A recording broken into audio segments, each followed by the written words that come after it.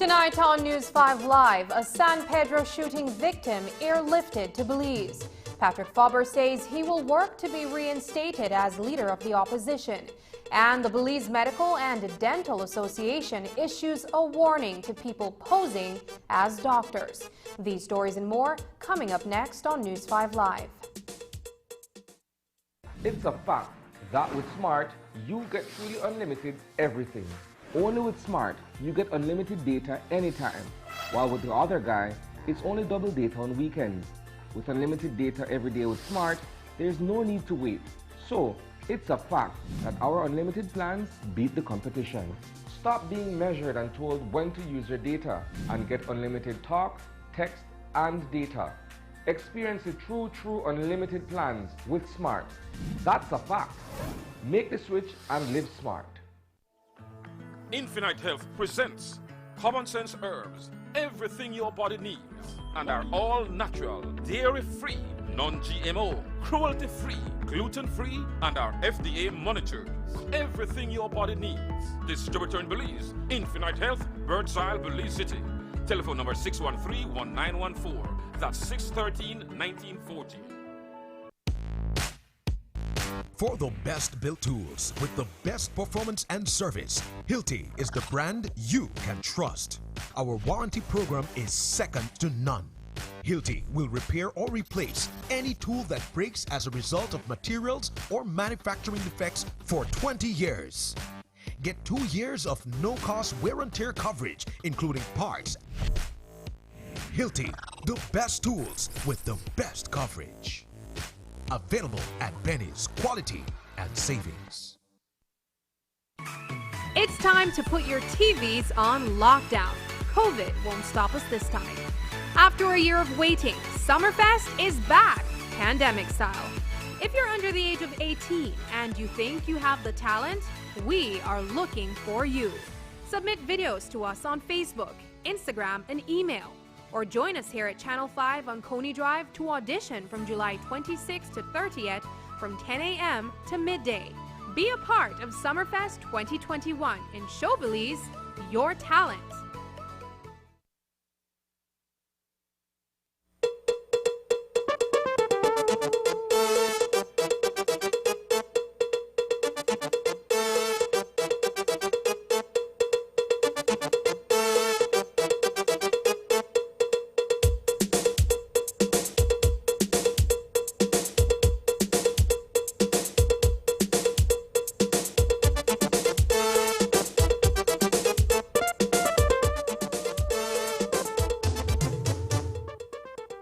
Good evening and welcome to News 5 Live for Tuesday, July 13th.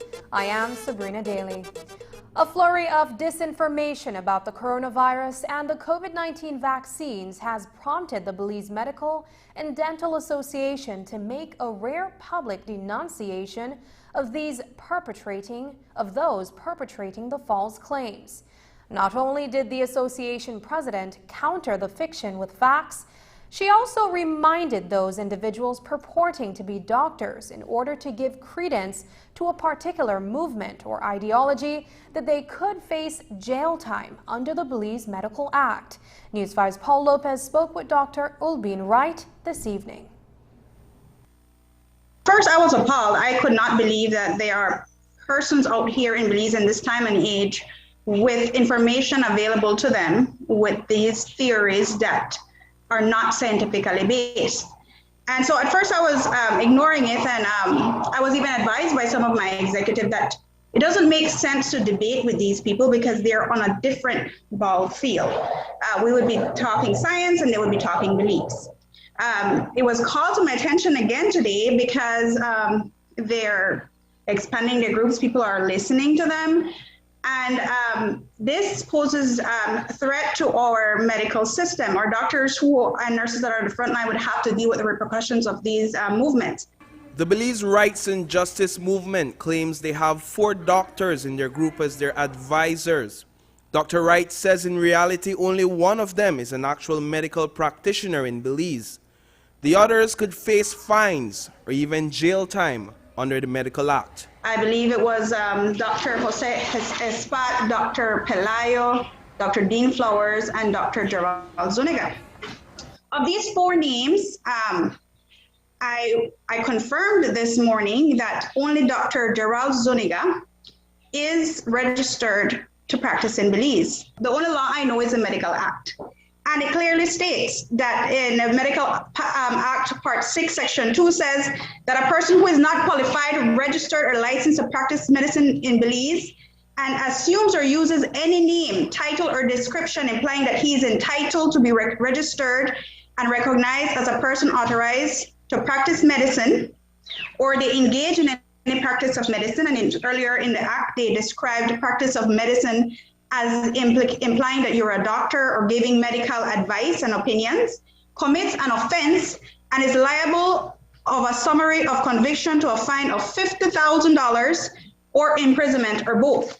Dr. Wright also refutes claims made by Dr. Zuniga on a Belize City television morning show. Some of his comments raised that, there's proof, unquote, that these vaccines would in the future cause cancers and sterilization, and they're interfering with genetic code. Where is he getting this information from? So the effects of a vaccine is recorded after the vaccine. Now, if after a few months somebody says that they had cancer or they have sterilization because of the vaccine, that's something a person with common sense can analyze and make for himself his own decision. They're saying that it's an experimental vaccine. These vaccines have gone through all phases of the experiment. They were, I would want to say, the speed of it was increased, but this is because we're dealing in modern times. We're not reinventing the wheel with these vaccines. They use the SARS vaccine that they had developed years ago, and they just modified it for the COVID-19. Dr. Wright says over 32,000 individuals underwent phase 3 of the trial testing for the AstraZeneca vaccine before it was made available to the global population. Claims that the vaccine is an experimental shot is false. To date, there have been no reports of death caused by the vaccine in Belize. They went on to say that, they have been reading, and they never mention any reference. They just put off what they read. And so my advice to our Belizean people is look for credible information, because if we go on the internet right now, I can go on Google and I can type in a pink elephant, and one will show, a picture of a pink elephant will show up. So if I want to go on internet right now, Google, and find negative effects of the COVID vaccine, there are millions that would pop up, but that does not mean that they're reliable information. Reporting for News 5, I am Paul Lopez. Dr. Wright contends many who are skeptical about vaccines are having their fears fueled by misinformation. We know there are people who are fearful of anything that is new.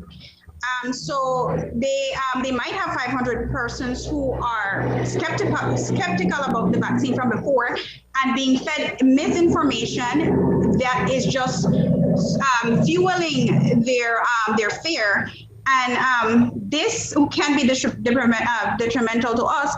And this is why I'm here to rebut certain claims, but there's some claims, as one gentleman on the news yesterday was saying, he wants to see the virus isolated and shown to him for him to believe that there's a virus. Now, I would not rebut that, because I would not go that low. We are scientific, we're a scientific institution. We are based on science, and we know we cannot see a virus with a naked eye. So certain things you would not go and rebut. Next thing that a lot of them are saying, and they have a point to a certain extent, is that having the vaccine does not mean that you're immune to the virus. And that is true. That is why once you have the vaccine, we still ask that you wear your face mask and you still do your social distancing. However, a person who is vaccinated have less symptoms. They have a less viral load, which means that they're shedding off the virus. The transmission would be less than a person who is not vaccinated. Dr. Wright also addressed claims that Statutory Instrument 74 makes vaccination mandatory. She says the medical experts within the Belize Medical and Dental Association agree this is a deceptive narrative. They come with the points of their rights if they want to be vaccinated or not. Again, they have a right, and I think the government is very lenient with them, allowing them, persons who wish not to be vaccinated, to go and do their PCR testing every 2 weeks. Because in that time they can still transmit the virus, but they are being exempted from that aspect of saying you have to get the vaccine. They give you an alternative. But I'm thinking my children cannot get the vaccine because they do not have the age for the vaccine. However, their teacher does, and so if their teacher gets the vaccine, I know that he or she would have a less chance of shedding the virus as in comparison to somebody who doesn't have the vaccine. Right, because we hear them speaking of a mandatory vaccine, which when you look at SI 74, it does not say that the vaccine is mandatory in any way, shape, or form. Do you feel like this is being deceptive and lying to the public to try and get a buy-in for this agenda? Yes, it surely is. but again, our people can read, most of them. So they can read and see. It's not mandatory. You can take it. You should take it. If you don't want to take it, then just do the test. Simple. And this is to protect our patients, our children at school, the officers with their prisoners or doing checkpoints and so forth. This is to protect the general public. After the break, News 5 visits the farm poised to capitalize on the new marijuana industries. Stay with us.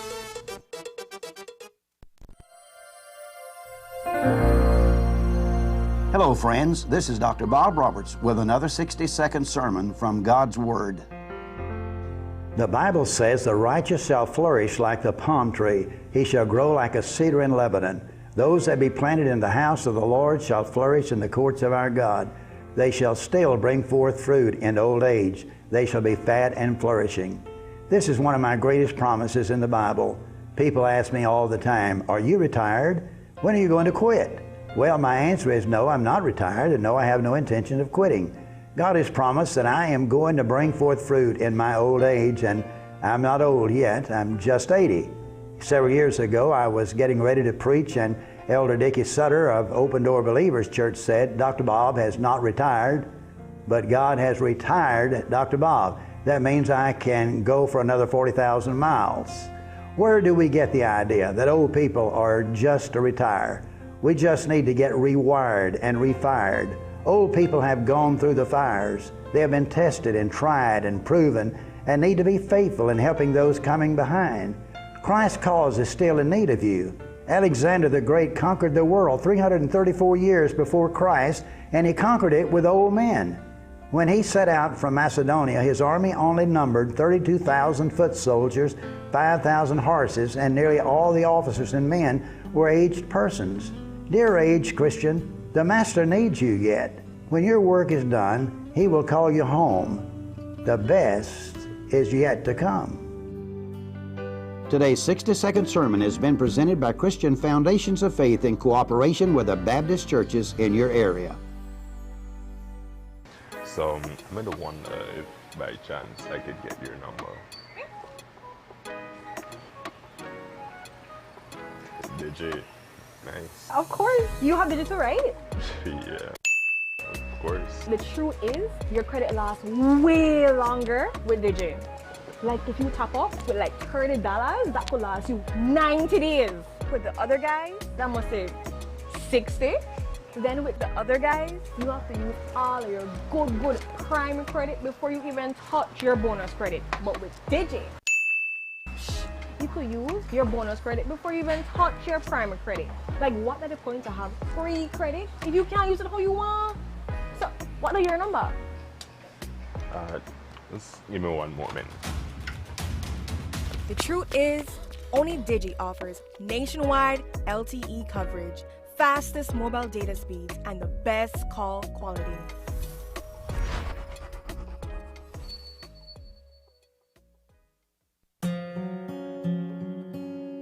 Life can be tough when a loved one suddenly departs. Dependents of the deceased are sometimes left alone to pick up the pieces and may be stranded financially. Fortunately, the Social Security Board provides survivor's benefit to ease the burden. Survivor's benefit is paid to a widow or widower, children under 18 years, or up to 21 years if attending school, or dependent parents. A survivor's benefit can be either a grant or a pension. Want to know more about survivor's benefit? Visit our website or contact any of our offices to have someone assist you. Also, be sure to visit our Facebook page and give us a like to stay informed. Social Security Board, safeguarding you, your family, your future.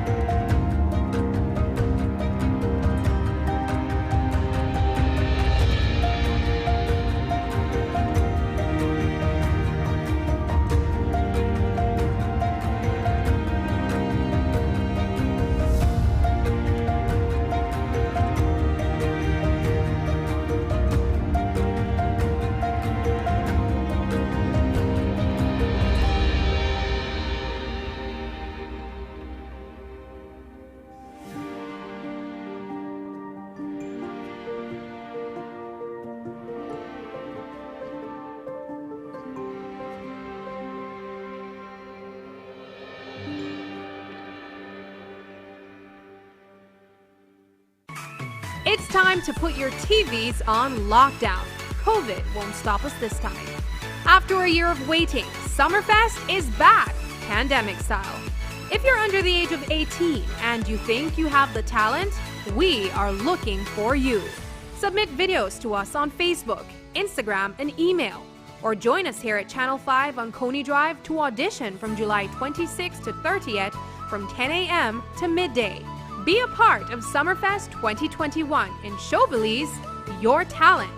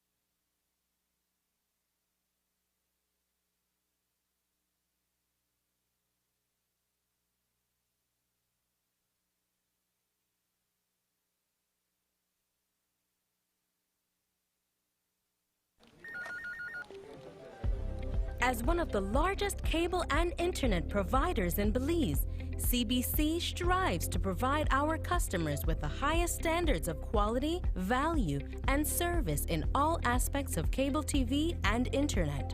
Monitoring our systems closely, our technicians combine creative planning and state-of-the-art technology with years of experience and training to develop and provide the most reliable and advanced cable and internet service to exceed your expectations.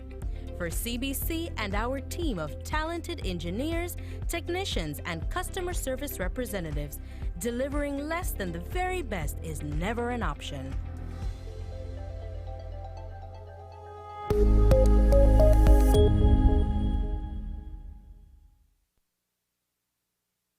A man from San Pedro was airlifted to Belize City for medical treatment following a shooting on Monday night. Reports are that just before 10 p.m., shots rang out in the DFC area of San Pedro town. Joshua Gungura was shot twice while on his way home. The 25-year-old was rushed to the Dr. Otto Rodriguez San Pedro Polyclinic, and within an hour, he was transported via an air ambulance to Belize City, where he reportedly remains in stable condition. According to residents in the area, as many as 10 shots were heard. One witness, who asked not to be named, said he saw around 4 persons running away from the scene, while another person was observed helping Gungura. Official information is that Gungura was approached by 3 male persons, one of whom took out a gun and fired several shots at him, causing the injuries. The investigation continues, but so far no one has been charged for this latest shooting on La Isla Bonita. This is the second shooting in 2 days. On Saturday, Louis Tun was shot in the San Mateo area. He too survived the attack. Over the weekend, Edwin Isidro lost his life in an incident on the Mopan River in Benqueviejo del Carmen. He, along with several others, was in the area when a police and BDF patrol approached. At least 1 shot was fired, and there are reports that Isidro slipped into the river and died. Today, the police say that a post-mortem conducted by Dr. Lloyd and Ken classified the manner of death to be accidental and certified that the Bella Vista villager died due to asphyxia inhalation of fluids due to drowning. In court news, a case that sparked outrage in the Cayo district has caught the attention of attorney Orson Elrington. He plans to file for an appeal of a 3-year prison sentence given to Ramiro de la Rosa from Duck Run 2. Earlier this month, De La Rosa pleaded guilty to possession of an unlicensed 16-gauge shotgun, which belonged to his deceased father. He did not have an attorney and acted on the advice of a JP and the police in San Ignacio. Elrington told News 5 that he will ask the court and Director of Public Prosecutions to review the guilty plea on the grounds it could be argued that De La Rosa was induced, pressured, and misguided into believing he would be released on bail. Another approach would be to ask the Governor General to grant pardon to De La Rosa. Elrington, who is taking the case pro bono, said that the last option would be to ask the Governor General to pardon De La Rosa under the Supreme Court Adjudicator Act. Public outcry on social media had caused 200 residents of the Cayo district to sign a petition for the young father's release. Since De La Rosa's sentence, he has reportedly experienced a series of anxiety attacks and remains hospitalized. When he appeared on Open Your Eyes this morning, UDP party leader Patrick Faber also spoke about his ambitions to be restored as leader of the opposition. Have you made any strides in being able to regain the position of leader of the opposition? That is ongoing, and today I have some meetings in that direction. There are only 3 people to convince, right? Well, it would be a little bit more difficult than that, but I am meeting with my colleagues, because we also have to look at it from a party's position as well. So I'm consulting with my other leadership colleagues, 2 of whom are in the parliament. The Honorable Uga Pat and the Honorable Tracy, and we will discuss as well with the party chairman and the vice chairman. So we have a leadership core, which, by the way, is the body that has been making decisions for the party, because that is how I operate. Never a dictatorship going on, contrary to what was in the party before my leadership. A rift has already developed between UDP party leader Patrick Faber, who just retained his position during Sunday's recall convention, and the party's leader of the opposition, Shine Barrow.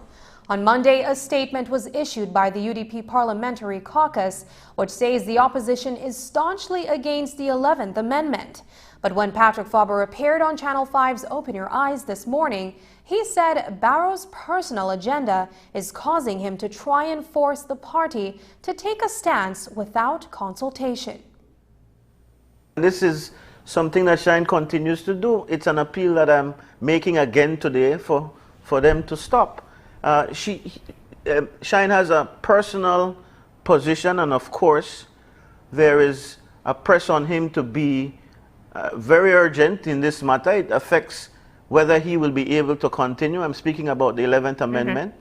But you cannot force the party into that position. And even if there are others in the party who has that position. In fact, when you hear me speak of the 11th Amendment, I have never said that I support it or not support it. So to put me in that category, I've seen him make positions that everybody else in the parliamentary caucus supports it, except the member for Khaled. That's not true, because I've never given a position. And all I've said is that I am not in a rush to make a position, and neither is the party, because while he can speak for his colleagues well, your name is on the letterhead. He put my name up there too, and the truth is that I have not given a position, and so that's not a proper representation of me. But I suppose if he has indeed polled other parliamentary colleagues who have said that, and you'll know that some of the names on there, they have to pander to him because he's the leader of the opposition. All the senators and one-day senators that are there have to respond accordingly, otherwise we know how he is. And now that he has reaffirmed his party leader's seat, you heard Faber say that he is working on taking back the leader of the opposition role in the House. But it's left to be seen if and when that will happen, because although he has retained the party leadership, Faber continues to face attacks from inside his party. And this morning, that's what OIE hosts asked him. Why and where are these attacks coming from? He says that there's primarily one man to blame. The primary attempt comes from John Saldiva, who, of course, has sour grapes and, of course, is in a predicament where he needs to self-preserve. When I referred just now to the constitution of the party, stopping certain individuals from running, he is in that predicament. The constitution says that once you have lost 3 elections, it didn't say consecutive elections, then you have to request special permission from the National Party Council for you to run again. So is that the core issue, that he's concerned that you won't let him run again? Well, that is one of his issues, but it is also that, of course, he has ambitions to lead, which he can't do because the Constitution, again, is very clear on who can be leader of the party. So while he will say, I don't want to lead, it is clear that that is an agenda. And then there is the point that, okay, so I did not make it, you will not make it either, and then there are actions to follow that up. And then you have also those people who are, I can't find a better way to put it, hungry for power, and of course they combine with all of these other factors that I've mentioned, and then they agitate. Since an amendment to the Misuse of Drugs Act was presented in the House of Representatives on July 2nd, the cannabis discussion, which includes industrial hemp and marijuana, has returned to its starting point. There are many who support a gradual move by the government of Belize to legalize the cultivation, trade, and possession of marijuana. There are also legitimate businessmen who appreciate the economic opportunities that the hemp industry can bring to the country. And, of course, there is also the church, whose position has remained steadfast from the onset. Tonight, we take a look at the plant at the heart of this controversial issue, and we visited a farm poised and ready for the new marijuana industries. News 5's Isani Cayetano reports. The introduction of hemp as a new growth industry to a depressed local economy that is in desperate need of revitalization is an opportunity for many Belizeans to find work in the agriculture sector. It also raises serious concerns within the church, as well as among other interested parties that are conservative in outlook. For one enterprising businessman, cultivating cannabis sativa on a large scale, specifically for industrial use, is a chance to expand his portfolio. It is also a prospect for the creation of much-needed employment. We have 5 acres behind me. It's been cleared, plowed, tilled, and bedded. We already have the irrigation down, ready to be planted. So what we do is we're growing seeds to seedlings, and then we'll plant the seedlings that are about 3 weeks to 4 weeks old. For Giovanni Alamia, exploring commercial hemp production was a thought that had crossed his mind well before the COVID-19 pandemic. With the advent of widespread disease in 2020 and the devastating effect it had on Belize's economy, he says it's now or never. My idea was to create an industry here in Belize, and COVID really pushed that idea, because I see where we can develop it more in Belize. For instance, in the US, you can only get 1.5, maybe 2 crops per year. In Belize, we can get 3.5 to 4 crops per year. So that already gives us an advantage. Industrial hemp is a type of cannabis sativa species that is one of the fastest growing plants that can be processed to manufacture a number of items that include paper, rope, textiles, and clothing. Hemp is also well known for its medicinal uses. Dr. Wayne McLaughlin is a research scientist and professor at UWI Mona campus in Jamaica. As you know, Jamaica has been growing cannabis for a long time. And I use the word cannabis rather than marijuana for specific reasons. But for a very, very long time, we have been cultivating cannabis, illegally, of course. But in 2016, that changed and it was decriminalized, not legalized. So that's again, a key difference. And the decriminalization basically allowed the cultivation and specifically for use as a medicinal plant. It's a systematic course of action that was introduced in Belize back in 2017. However, With the decriminalization of cannabis comes the subsequent discussion of marijuana legalization, as well as the overall growth and expansion of such a lucrative industry. It's a polemic issue, perhaps one that raises more questions than the government can reasonably answer. Yes, government expects to get revenue, tax dollars from this industry, but at the same time we need to incorporate the small man into this industry as well. There are players who are existing, and so we have to find a way for this plant that has been the source of so much division and warfare, for it to become one of unity, a healing plant, not just in terms of its medicinal qualities, but because also of its social healing power, its economic healing power. On Alamia's land, this barren tract will see a team of farmers sowing seedlings in the coming days. Getting here has been quite an investment. Well, right now, just to reach to this point, we have a staff of eight people, right? And that will grow as the plants continue growing. You know, so I always say you have to weed the weed, right? So the lines have to be walked, the rows have to be walked every day, and they need to check to make sure there are no shoots coming out from the bottom of the plant that we put in there, because all our seeds are feminized. The males grow from the female root. So if we let a male grow, it will pollinate the female, and then you'll have marijuana, or a higher THC percentage. Industrial hemp has lower concentrations of tetrahydrocannabinol, THC, and may have higher concentrations of cannabidiol, CBD, which decreases or eliminates its psychoactive effects. So the seeds that we have are certified 0.3% or below, so we don't want it to go above that. So we have to make sure we have full control of making sure no males are around. The legality of industrial hemp varies widely among countries. Cannabis cultivation, particularly marijuana, remains illegal in Belize. What we have is a situation where it's still an illegal trade. The importation of cannabis is primarily from Mexico. It is illegal, and the people involved in the trade are actually endangering their lives.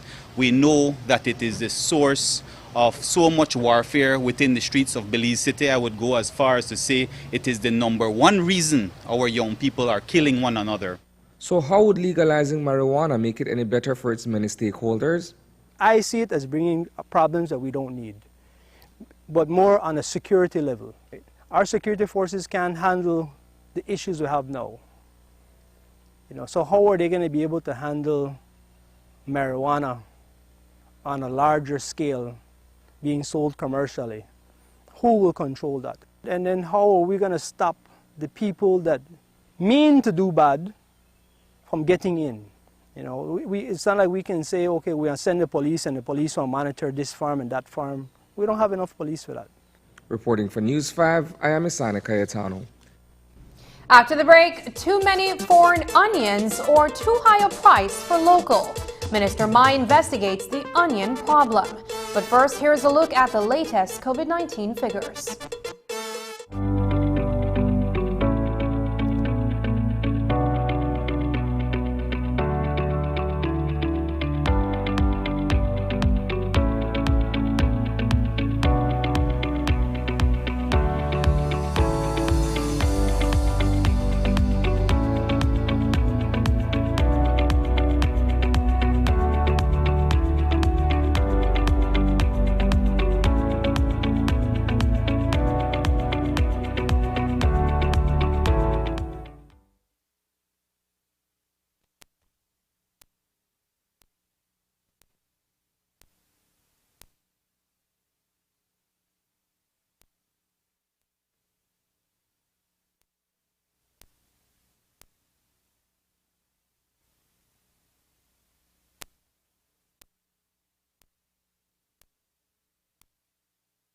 In exercise of the power conferred upon it by Section 7 of the Electricity Act, Chapter 221 of the Laws of Belize, and with the approval of the Minister, the Public Utilities Commission PUC, the Commission hereby notifies the general public that it intends to enact a bylaw in relation to electricity procurement and power purchase.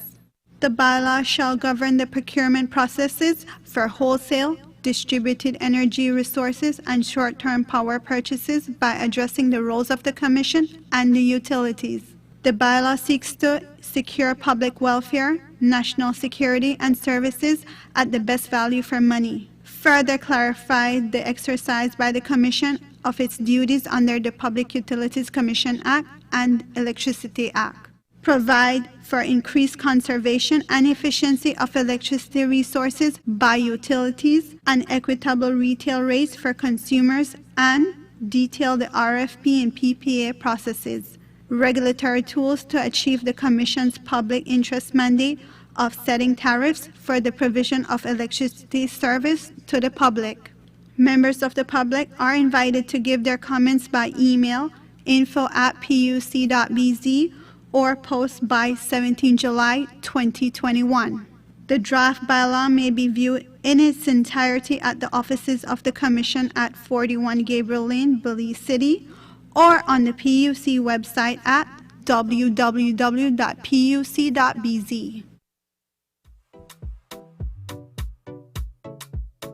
Why should you wear your mask? To protect myself.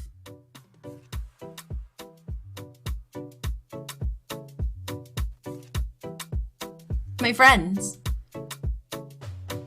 My family and others.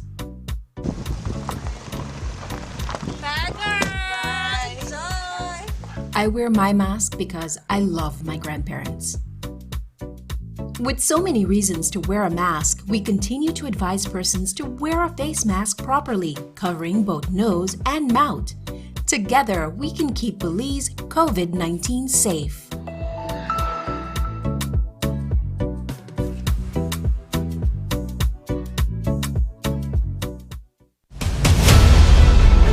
Dwayne Moody, Isani Cayetano, Andrea Polanco, Paul Lopez. Your News 5 Belize teams do whatever it takes. Go wherever they need to go, so you can catch the story wherever you are, whenever you want, on whatever device. Channel 5 Belize on television, Facebook, Instagram, and YouTube. Because news is now everywhere, all the time. And so are we.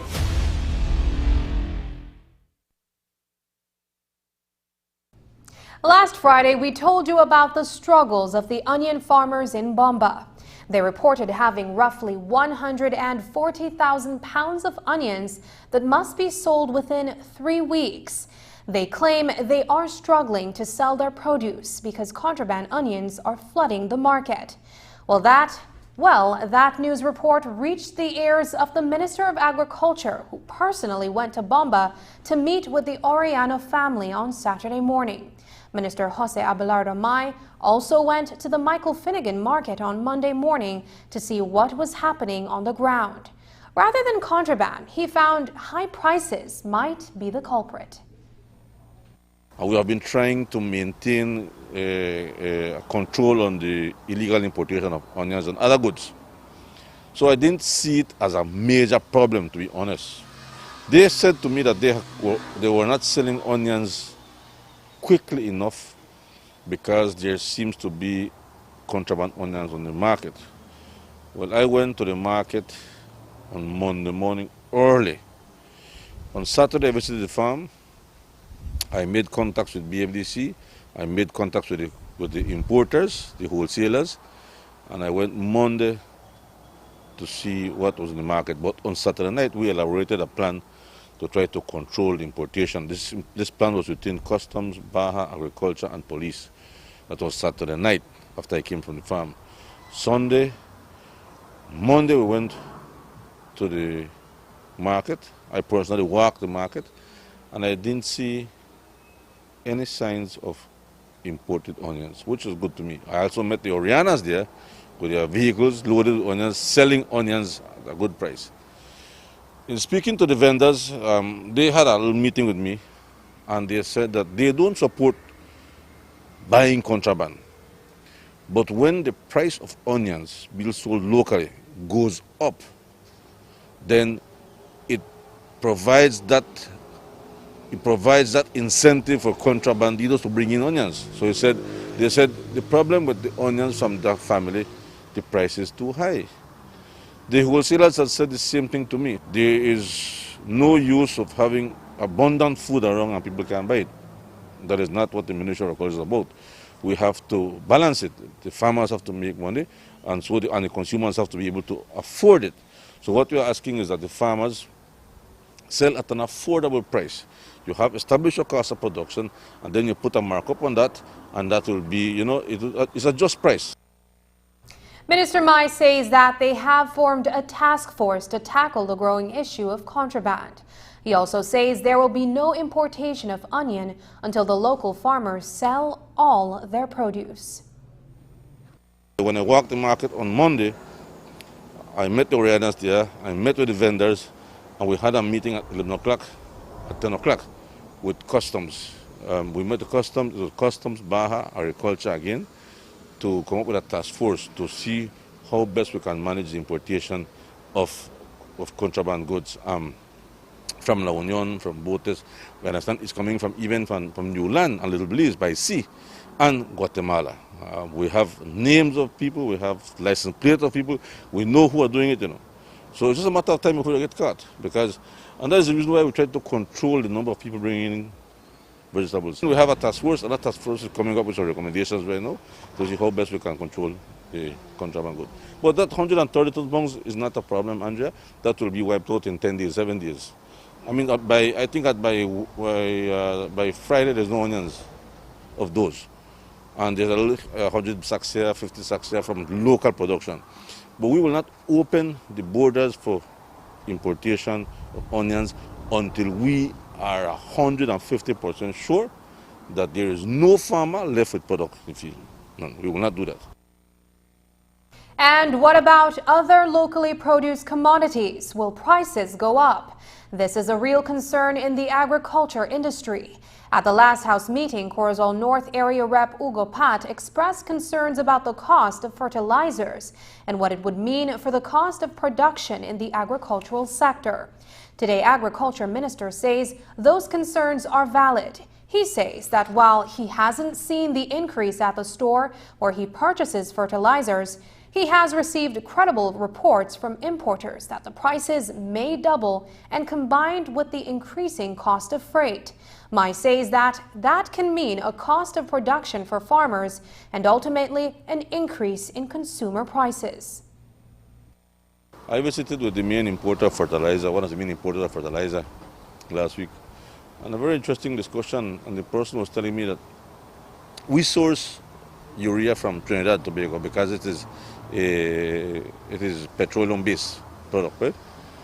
And they had expressed to me that the price of urea had gone up twice. But not only the price of urea, the ocean freight had gone up by twice too. So, and there was no apparent logical explanation for the increase. So I was saying, but why is this? No, those who are farmers understand that the rice producers are heavy users of urea. So obviously, if that is so, that the price will increase by 2 times, there will be an increase in the cost of production. Now, phosphorus, diammonium phosphate, also saw an increase of twice the amount, right? And those are sourced from Canada. And again, ocean freight is high. So it concerns me, it worries me, because this is the season where the cane farmers are fertilizing. This is the time that corn is going to the ground and fertilizer follows behind. This is the time that rice is in the field, right? And those are heavy users of urea. So it definitely concerns me. From what you're saying, are you expecting that consumers may see an increase in some of the prices for our locally produced commodities, perhaps vegetables, fruits, some of the other grains? If the price of fertilizer goes up by that amount, you will see an increase. I haven't seen the price increase yet, because I went to the fertilizer shop. I was fertilizing sugarcane this week, and the price still remains the same as last year, right? Or before I fertilized. But it could be that the next stock coming in will see the increase, right?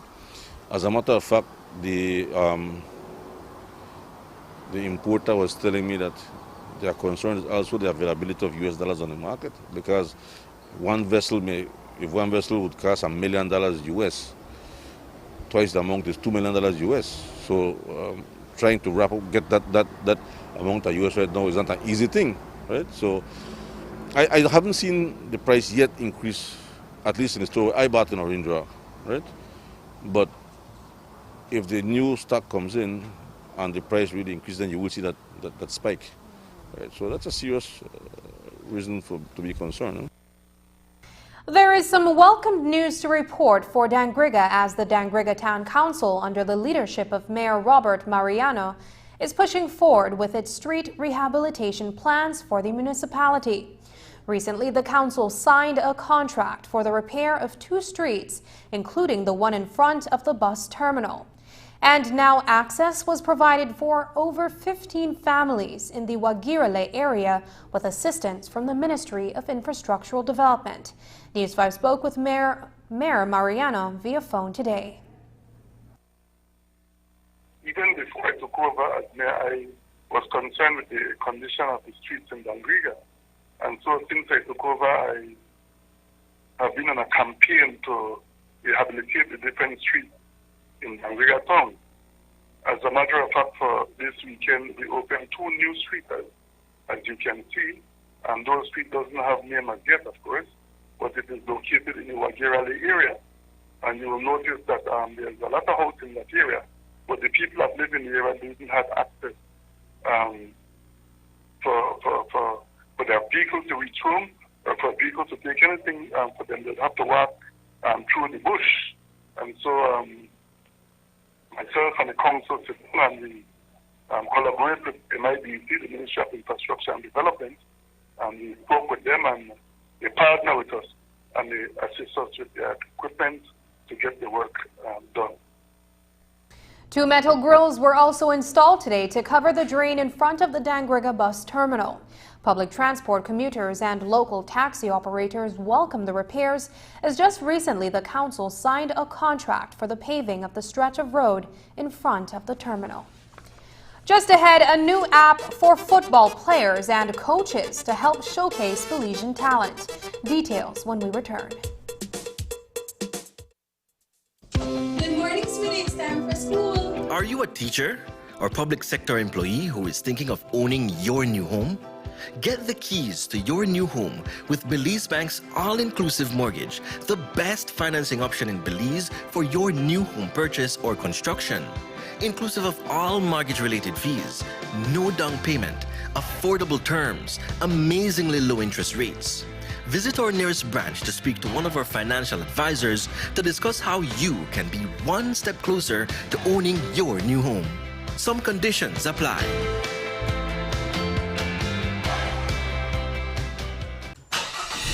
That's the sound of fuel efficiency.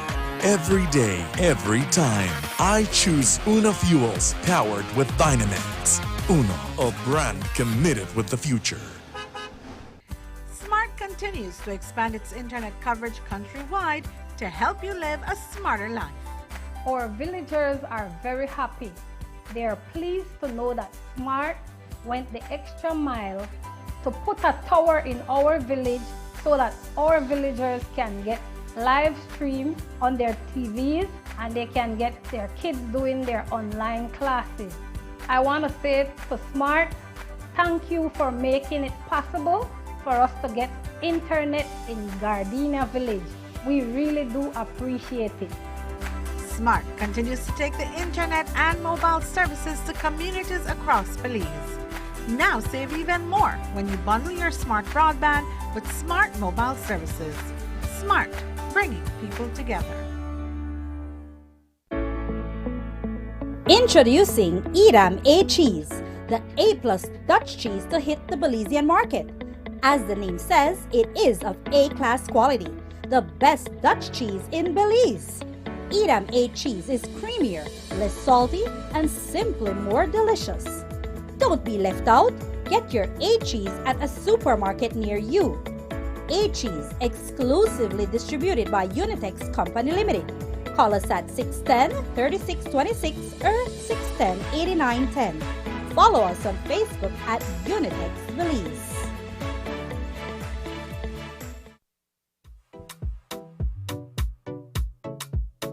Why should you wear your mask? To protect myself.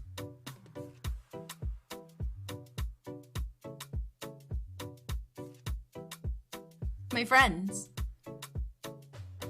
My family and others.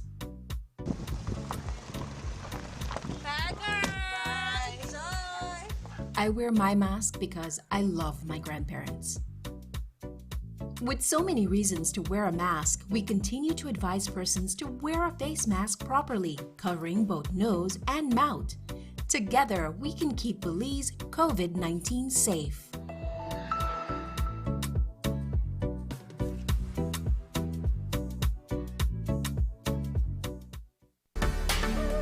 2020 taught us the importance of being connected to the virtual world, and NextGen is here to keep its commitment to you.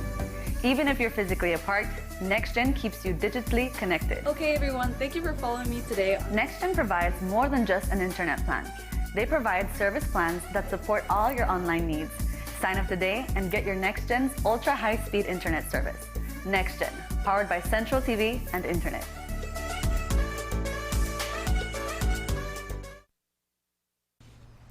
There seems to be an app for just about everything. And today, the Soca Loca mobile app and web-based system was launched by the Football Federation of Belize. It is designed for athletes, coaches, as well as team managers and tournament organizers to create profiles showcasing their skills, stats, videos, and progression in the sport. According to the FFB, Soca Loca will help with the networking players need to be scouted or just improve on their skills. It's the first in Belize for the Federation as well. We have signed a memorandum of understanding, and we are ready to kick this off and ensure that we can have our players participate at the same time getting active into the app, the use of the app. You know, it's gonna be something huge, and I'm pretty sure that with this we'll have our players be scouted, our players be looked at keenly in the sport. You know, we need to showcase our players, and through this we will have our competitions running properly as well. One of the things that we realized was that smaller countries kind of struggle, I think, in showcasing talent and development because of lack of infrastructure, lack of funds, and so on and so forth, right? And what we thought was, what if there was an app that could help to democratize football? What if there was an app that could help to showcase talent and bring talent forward from anywhere in the world, right? And you know, if that person or that player has potential, then that player should have an equal opportunity to succeed in the footballing world, right? And football is the most global game, the most global sport, and we've seen this in this pandemic, right? The importance of football, even though we are in a pandemic, football has to go on. The FFB has signed a partnership agreement with Matchmaker Limited for the app. The collaboration will see Matchmaker and FFB working for adoption of Soca Loca by amateur players, academies, football clubs, and local tournament organizers in Belize. The platform is free for all users of the app because the intention is to provide a fair opportunity for all footballers. But if you are wondering if it is okay for young players, the FFB says safeguards are included. The safeguards that are in place to ensure that the data that we input into this system is safeguarded. This is very important for us because we will be dealing with our young people across the country. We'll be putting in information, and the least we would want for that information to be somewhere out in cyberspace where we have no control over. And listening to the CEO give me that reassurance that the data that will be inputted into this system will be properly safeguarded and be used to the benefit and development of our young people. I'd like to say thanks to Rafi for being persistent in pushing this program forward. I know we had a difficult time in trying to convince me so that I can convince my executive member to go forward with this whole project. It was not an easy road, but he persisted. And here we are today to make this milestone achievement in moving forward in the development of our players throughout this country. The Orange Court Generals need your help to get to Las Vegas for a basketball pro camp. There, the athletes will show off their skills to basketball coaches and scouting teams from across the world for a shot at getting recruited. But to get that opportunity, they need the funds to purchase their tickets to depart Belize on August 11th. Lead organizer, Coach Rodville Gladdens, tells us more about why they need your help. We are taking a team to Las Vegas to participate in a draft combine, right? These guys are 12 guys from Belize. What's a draft combine? A draft combine is something whereby the guys go and show their different abilities that they have. Which sports are we talking about? Basketball. Okay. All right. And with that said, all coaches from all over the world will be there, and scouts and some of the NBA and the G League would be there too. So these guys have to show up so that probably one of them can get picked on one of these teams. These guys are somewhere around 19 to 25, right? They are all mostly NEBL players at this moment. We are asking that the Belizean public help us in raising funds to go, to get our tickets. Okay. How much are you guys looking at right now that you need to travel? Well, at this moment we are looking at like 12,500 because it's 12 of us, right? So we're looking like 12,500 to pay for our flight. Basically only our flight because our rooms and food are covered once we reach there. To assist the OCGs to get to Las Vegas, you can contact Gladden directly at 1-615-7200 or email address guanatail19@gmail.com, or you can support their barbecue fundraiser on Antelope Street Extension on Saturday, July 17th. Just ahead, summer camps may be few and far between this summer, but one group of young ones is getting some needed interaction. But first, here's the weather forecast with data from the Belize Met Service.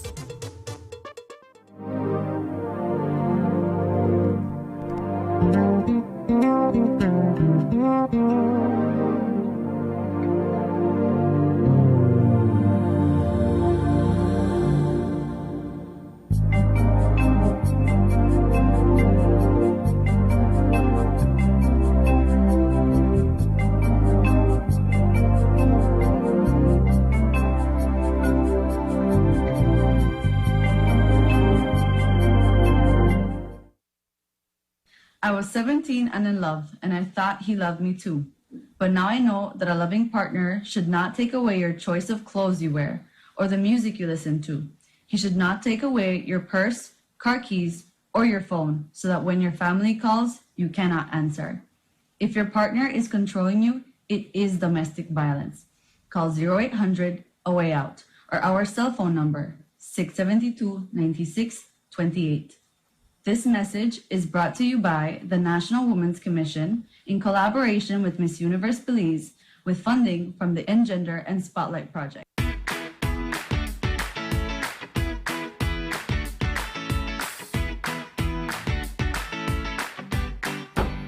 Why, Tony?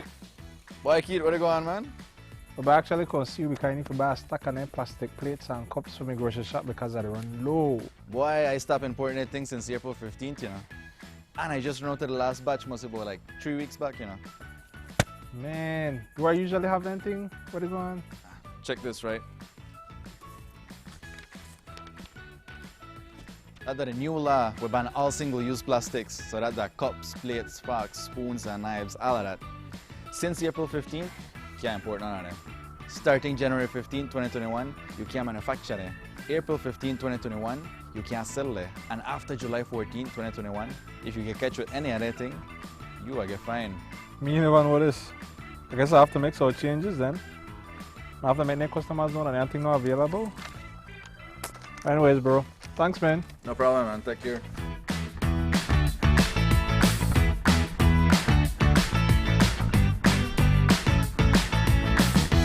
Es un hecho. Únicamente con Smart obtienes todo realmente ilimitado. Solo con Smart obtienes datos ilimitados en cualquier momento.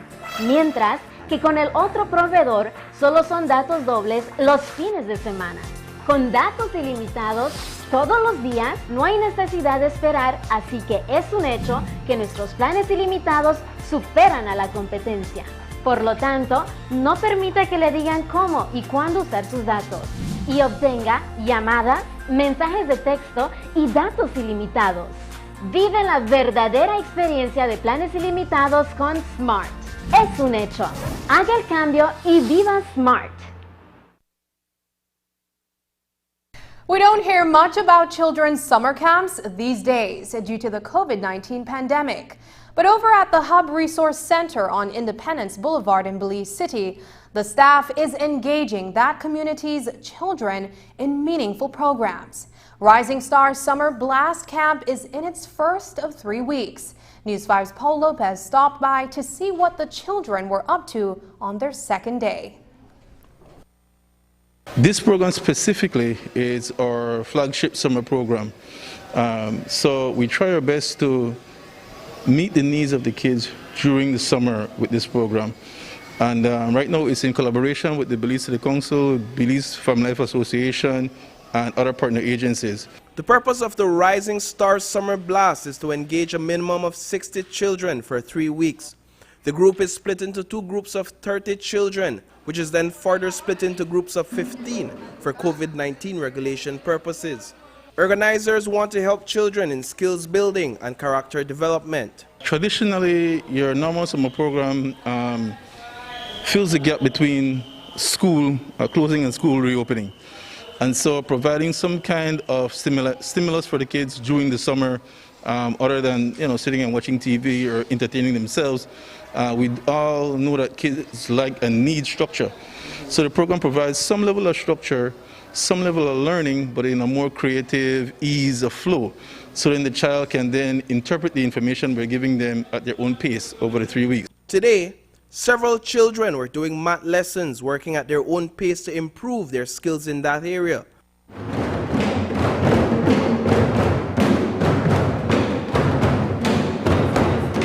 Another group of children was learning to play drums under the guidance of Creole culture facilitator Musa Abdul Shaid. When it comes to them, they want it. I might love teaching them and love playing the culture and drumming with them, but it's a reciprocation that is much needed from their part. When they show, sir, show me this rhythm, sir, make we sing a song, sir, show me another rhythm, how you do this, how I could solo like you. I love that. I love that. So it's as much as they need me, I need them. So the children basically, they call for it. They request it, they want it more than I want to work with them. They want me to come to play for them and teach them so that they could go in their communities and do it again.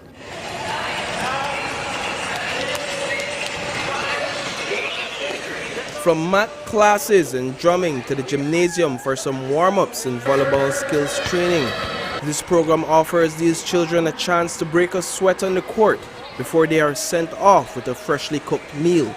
Whatever they are engaged in, these little rising stars are clearly having a blast this summer break. You have creative staff, you have engaging staff, and then you have a space that's very welcoming and open to them.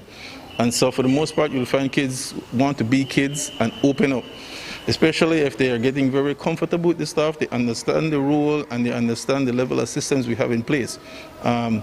For new kids who are not really used to kind of discipline systems, it's a bit difficult. There is a learning curve, but once they understand that we care and that discipline is a part of caring, then they understand and they become a part of the system.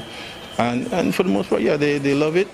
Reporting for News 5, I am Paul Lopez. The facility is also equipped with full-time social workers and counselors to address any behavioral issues among the children. And that's the news. Tonight's broadcast is available in both text and streaming video at channel5belize.com. You can also connect with us on our Facebook page at facebook.com/News5Live. I'm Sabrina Daly. Thanks for joining us, and from all of us here at News 5, please remember to wash your hands, keep your social distance, and stay safe. Good night.